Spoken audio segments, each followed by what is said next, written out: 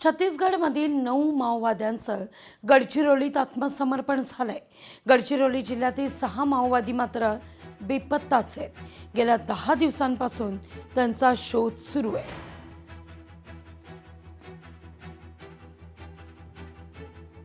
वरिष्ठ माओवादी कॅडर यांनी आज गडचिरोली पोलीस आणि सीआरपीएफ समोर आत्मसमर्पण केलं आहे।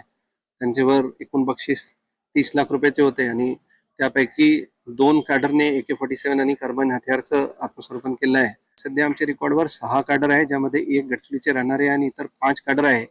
तर परंतु मागचे 10 दिवस मध्ये त्यांचे कोणतेही मूवमेंट गडचिरोली जिल्ह्याच्या सीमामध्ये दिसून येत नाही आणि या म्हणण्यामध्ये हरकत नाही की आजचे दिवस जे आमचे 6 कॅडर रेकॉर्डवर आहेत त्यांनी आतापर्यंत आत्मसमर्पण केलेलं नाही आहे, ते अटक पण नाही झालं आहे। परंतु गडचिरोली जिल्ह्यामध्ये कोणतेही मूवमेंट पूर्ण जिल्ह्यामध्ये त्या अनुषंगाने नाही आहे। पेल्लार पोलीस प्रशासन ॲक्शन मोडमध्ये आहेत। 8 तासात मर्डर मिस्ट्री उघडली आहे। मित्रांनीच मित्राची निर्घृणपणे हत्या केली आहे। पैशांच्या वादातून साथीदाराची या ठिकाणी हत्या केल्याचं नालासोपारामध्ये निष्पन्न झालंय।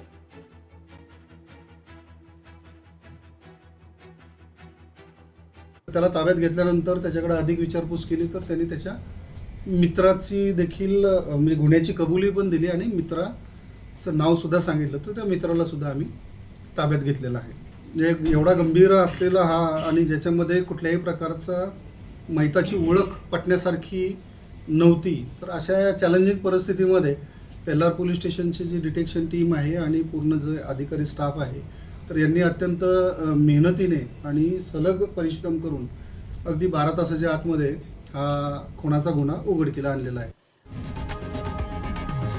लोकशाही मराठी ऐका, पहा, जागरूक रहा।